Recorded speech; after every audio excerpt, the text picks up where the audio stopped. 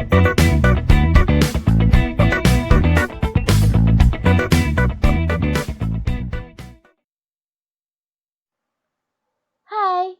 Assalamualaikum warahmatullahi wabarakatuh. Kembali lagi bersama saya Tiara Agustiani Mahardika. Halo semuanya, apa kabar?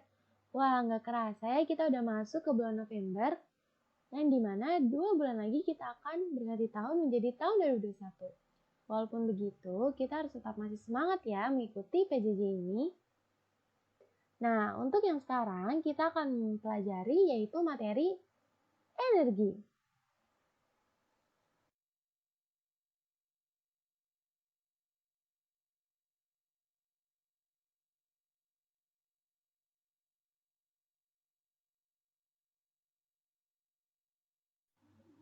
Nah, untuk yang pertama, coba kalian perhatikan gambar ini.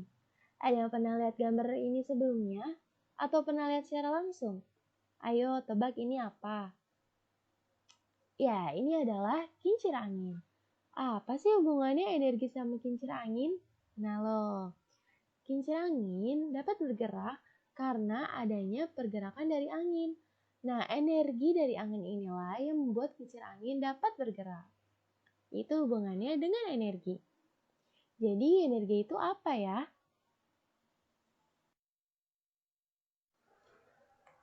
Energi berasal dari bahasa Yunani yaitu energia yang berarti kegiatan atau aktivitas. Jadi energi adalah kemampuan untuk melakukan usaha atau kerja. Lalu di dalam energi itu ada dua bentuk energi. Ada yang namanya energi kinetik, lalu yang kedua itu ada energi potensial. Nah, di sini energi kinetik yaitu energi yang dimiliki benda ketika bergerak. Rumusnya adalah EK, E, dan K sama dengan setengah dikali M dikali V kuadrat, di mana EK adalah energi kinetik dengan satuannya Joule, lalu ada M massa benda dengan satuannya kilogram, dan V atau kecepatan gerak benda dengan satuannya M per S. Lalu yang kedua ada energi potensial. Jadi energi potensial adalah energi yang dimiliki oleh suatu benda karena letak, ini letak ya, dan kedudukannya. EP, rumusnya dengan EP sama dengan M dikali G dikali H. Dengan EP sama dengan energi potensial, M sama dengan massa benda, G sama dengan percepatan gravitasi atau M per S kuadrat. Lalu ada H yaitu tinggi benda dari permukaan tanah. Satuannya ada meter. Jadi kalau misalnya kinetik ini tuh energi ketika benda itu bergerak. Sementara kalau potensial itu kedudukan bendanya nih. Nah, bendanya ada di mana? Ketinggian berapa? 2 meter kah? 4 meter kah? Atau 6 meter?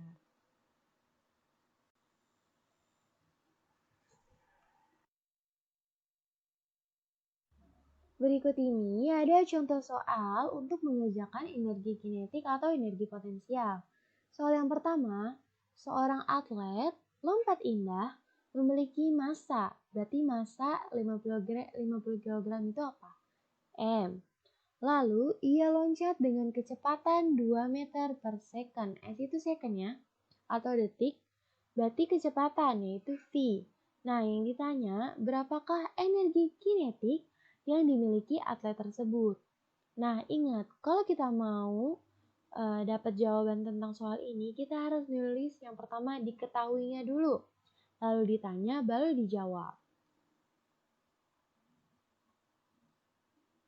Nih, tadi, seorang atlet lompat indah memiliki massa 50 kg. Ditulis, diketahui M sama dengan 50 kg. Lalu ia loncat dengan kecepatan 2 meter per second. Ini adalah V-nya. Kita tulis V sama dengan 2 meter per second. Nah, yang ditanya adalah EK-nya, energi kinetik. Jadi dijawab, rumus energi kinetik adalah setengah M dikali V kuadrat. EK dimasukin deh, M-nya 50 dikali 2 pangkat 2 atau 2 kuadrat. EK sama dengan, ini 50 dibagi 2 adalah 25.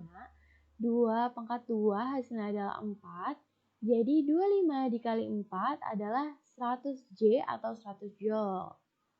Nah, gimana? Gampang kan? Sekarang kita lihat soal yang kedua.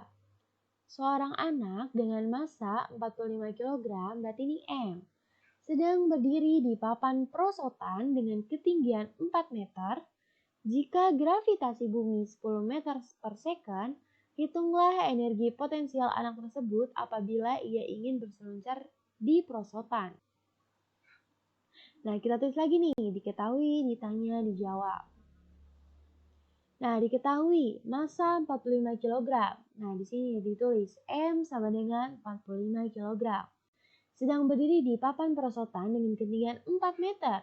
H, berarti hanya sama dengan 4. Jika gravitasi bumi nih 10 meter per second, ditulis G sama dengan 10 meter per second. Yang ditanya EP, energi potensialnya. Nah, kita masukin rumus nih. Energi potensial rumusnya M dikali G dikali H. Maka di sini 45 dikali 10 dikali 4 hasilnya adalah 1800 Joule. Nah, gampang kan? Semoga pada ngerti semua ya.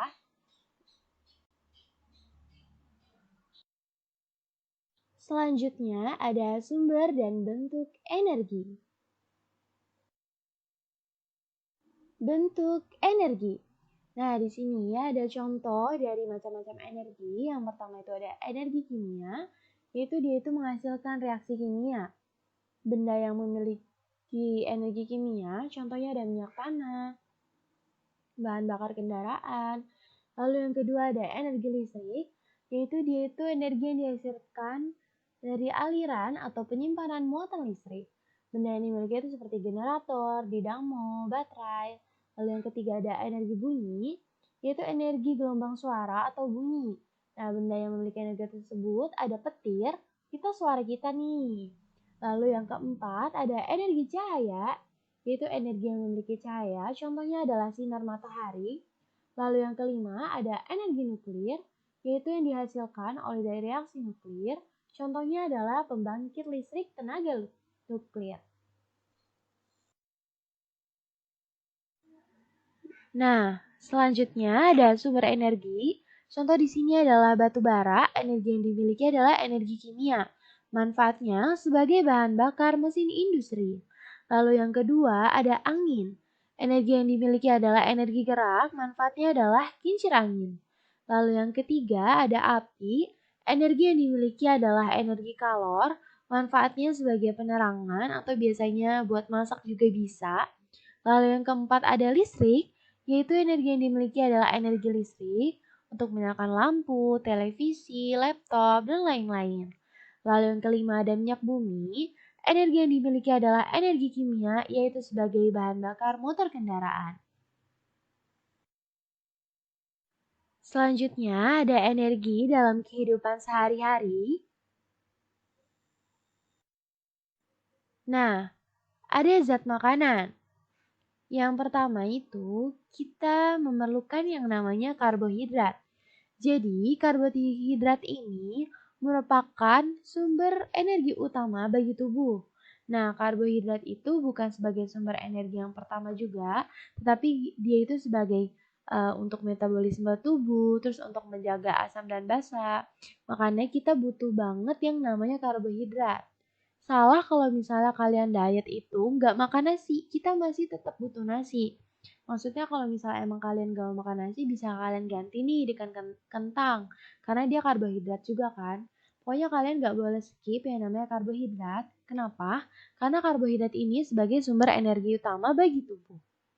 Lalu yang kedua ada protein, yaitu sebagai pertumbuhan sel-sel dalam jaringan. Jadi biasanya protein ini nih kalau misalnya ada jaringan di tubuh kalian yang rusak, nah itu diganti sel-selnya oleh protein. Di sini ada ya bahan-bahan makanan tuh di dalam foto. Ada ikan, ada telur, daging, kacang-kacangan, dan lain-lain. Lalu ada lemak, yaitu sebagai penyimpanan energi. Di sini contohnya tuh ada ikan juga, ada alpukat sama minyak gitu. Jadi lemak bikin gendut? Enggak. Sebenarnya kalau misalnya kalian makan lemak yang gak berlebihan, itu butuh juga tubuh kita untuk sebagai penyimpanan energi. Nah, sebenarnya nggak tiga ini aja, kita juga masih butuh vitamin, terus mineral. Cuma di sini kita ngebahas 3 aja sebagai zat makanan yang utama. Lalu ada sistem pencernaan, jadi di dalam sistem pencernaan kita ada yang namanya pencernaan karbohidrat, lalu yang kedua ada protein dan lemak. Nah kalau karbohidrat ini, jadi pemilihan karbohidrat tadi ini kan masih kompleks tuh, yaitu masih berbentuk yang namanya polisakarida. Nah nanti dipecah-pecah tuh, istilahnya kayak dikecil-kecilin. Nah nanti diubah, bukan diurap ya itu, diubah menjadi sakarida. Nah, lalu ada namanya pencernaan protein. Jadi protein yang terkandung dalam makanan kita juga nih nanti diubah menjadi asam amino yang akan dipecah oleh enzim. Lalu yang terakhir ada pencernaan lemak. Jadi empedu dalam tubuh kita akan memecah lemak sehingga dapat diserap oleh pembuluh darah dalam tubuh kita. Seperti itu. Selanjutnya ada respirasi. Jadi respirasi adalah proses menghasilkan energi dengan cara mengambil energi dari gula, lemak, dan bahan energi lain dengan bantuan oksigen. Respirasi juga disebut pernapasan seluler. Nah, biasanya kalau misalnya kita pernafasannya kan menggunakan yang namanya paru-paru, tepatnya kalau pertukarannya itu di alveoli atau alveolus. Nah, respirasi juga dilakukan oleh manusia, hewan, serta tumbuhan. Lalu ada yang namanya fotosintesis. Fotosintesis adalah proses pengubahan senyawa anorganik seperti air dan karbon dioksida menjadi senyawa organik, gula atau glukosa dengan bantuan cahaya matahari. Nah, fotosintesis ini dia itu mempunyai prosesnya itu ada dua, yaitu ada reaksi gelap sama reaksi terang. Nah, biasanya fotosintesis ini dilakukan oleh tumbuhan, tepatnya di bagian kloroplas.